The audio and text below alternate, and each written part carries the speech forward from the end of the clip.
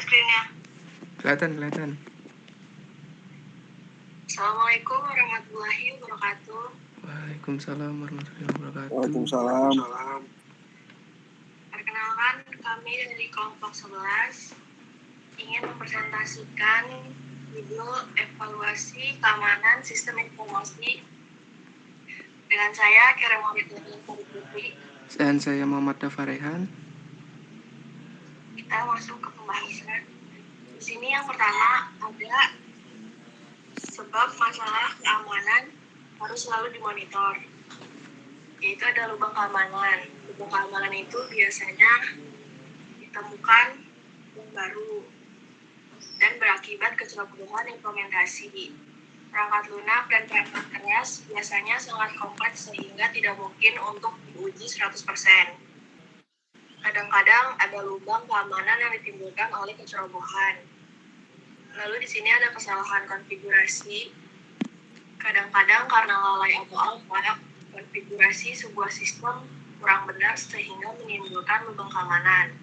Misalnya itu mode, permission atau kepemilikan dari berkas yang menyimpan password secara tidak sengaja diubah sehingga dapat berubah atau ditulis oleh orang-orang yang tidak berhak. Terus di sini ada penambahan perangkat baru atau hardware atau software yang menyebabkan menurunnya tingkat security atau berubahnya metode untuk mengoperasikan sistem. Terus ada operator dan administrator harus belajar lagi dalam masa belajar ini, banyak hal yang jauh dari sempurna. Terus di sini yang kedua ada sumber lubang keamanan. Contohnya itu kayak salah desain. Akibat desain yang salah, walaupun implementasinya baik, kelemahan dari sistem akan tetap ada. Contohnya itu kayak kesalahan desain urutan nomor.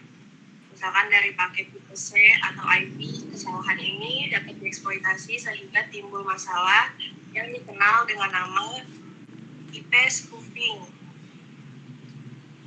Sebuah host memasukkan diri seolah-olah menjadi host lain dengan membuat paket palsu setelah mengamati urutan paket dari host yang hendak diserang. Lalu contoh lainnya itu kayak lemah desainnya algoritmanya, inskripsi, atau Caesar shipper, di mana karakter digeser 13 huruf atau 3 huruf. Meskipun diimplementasikan dengan programming yang sangat teliti, siapapun yang mengetahui algoritmanya dapat memecahkan enkripsi tersebut.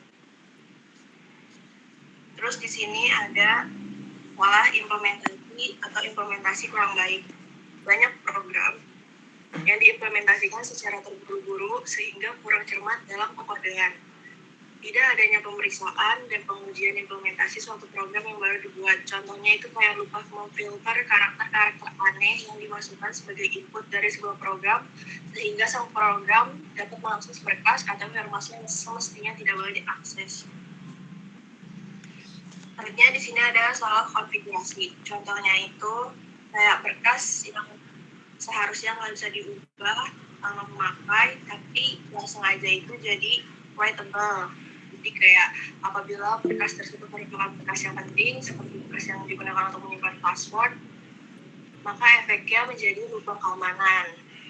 Terus juga adanya program yang secara tidak sengaja diset menjadi sweet root, sehingga ketika dijalankan pemakai memiliki akses seperti super user atau root yang bisa melakukan apa saja. Terus salah menggunakan program atau sistem. Kesalahan menggunakan program yang disarankan dapat menggunakan akun root atau super user dapat berakibat fatal. Terus yang di sini ada pengujian keamanan sistem, yaitu untuk memudahkan administrator dari sistem informasi yang membutuhkan automate tools, perangkat pembaruan otomatis, yang dapat membantu menguji atau evaluasi keamanan sistem yang dikelola. Terus ada pengujian fungsi kinerja, aksesibilitas, kompatibilitas, dan kegunaan aplikasi tersebut bisa ditemukan dengan cara melakukan pengujian sebelum aplikasi tersebut dirilis ke publik. Selanjutnya akan dilanjutkan oleh Danto. Berikut ada beberapa alat penguji seperti Apache JMeter, Web, Watir, Load Impact, Sahi, Ranorex, Load Runner, dan OWASP. Selanjutnya ada probing service. Definisi probing, probe atau meraba service apa saja yang tersedia. Program ini juga dapat digunakan oleh kriminal untuk melihat service apa saja yang tersedia di sistem yang akan diserang, dan berdasarkan data-data yang diperoleh dapat melancarkan serangan. Servis di internet umumnya dilakukan dengan menggunakan protokol TCP atau UDP. Setiap servis dijalankan dengan menggunakan port yang berbeda, misalnya 1. SMTP untuk mengirim dan menerima email. TCP port 110. Contoh di atas hanya sebagian dari servis yang tersedia. Di sistem Unix, lihat berkas etc service dan etc.inet.conf untuk melihat servis apa saja yang dijalankan oleh server atau komputer yang bersangkutan. Selanjutnya OS fingerprinting. Fingerprinting analisis OS sistem yang dituju agar dapat melihat database kelemahan sistem yang dituju. Metode fingerprinting, cara yang paling konvensional, ada service telnet ke server yang dituju. Jika server tersebut kebetulan menyediakan service telnet, seringkali ada banner yang menunjukkan nama OS beserta versinya. Berikutnya ada service FTP di port 21. Dengan melakukan telnet ke port tersebut dan memberikan perintah SCST, Anda dapat mengetahui versi dari OS yang digunakan. Melakukan finger ke web server dengan menggunakan program Netcat atau NC. Cara fingerprinting yang lebih canggih adalah dengan menganalisa respon sistem terhadap permintaan request tertentu, misalnya dengan menganalisa nomor urut paket TCP atau IP yang dikeluarkan oleh server tersebut dapat dipersempit ruang jenis dari OS yang digunakan. Ada beberapa tools untuk melakukan deteksi OS, ini antara lain ada Nmap sama Queso. Lalu ada penggunaan program penyerang. Untuk mengetahui kelemahan sistem informasi adalah dengan menyerang diri sendiri dengan paket-paket program penyerang atau tag yang dapat diperoleh di internet. Selain program penyerang yang sifatnya agresif, melumpuhkan sistem yang dituju, ada juga program penyerang yang sifatnya melakukan pencurian atau penyadapan data. Untuk penyadapan data biasanya dikenal dengan istilah sniffer. Meskipun data tidak dicuri secara fisik atau dalam artian menjadi hilang, sniffer ini sangat berbahaya karena dia dapat digunakan untuk menyadap password dan informasi yang sensitif. Ini merupakan serangan terhadap aspek privasi. Contoh, program terhadap sniffer antara lain ada pcapture Unix atau Unix, Sniffit Unix, dan tcpdump Unix. Penggunaan sistem pemantau jaringan.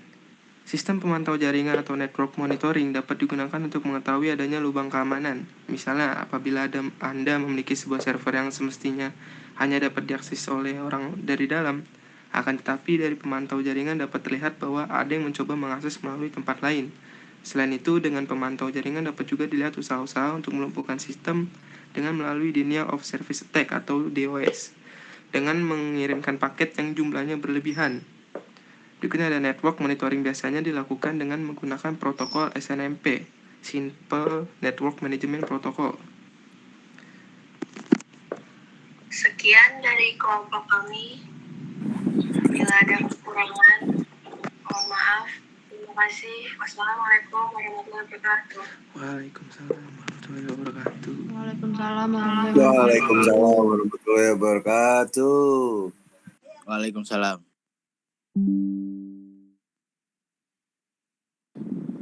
Screenshot.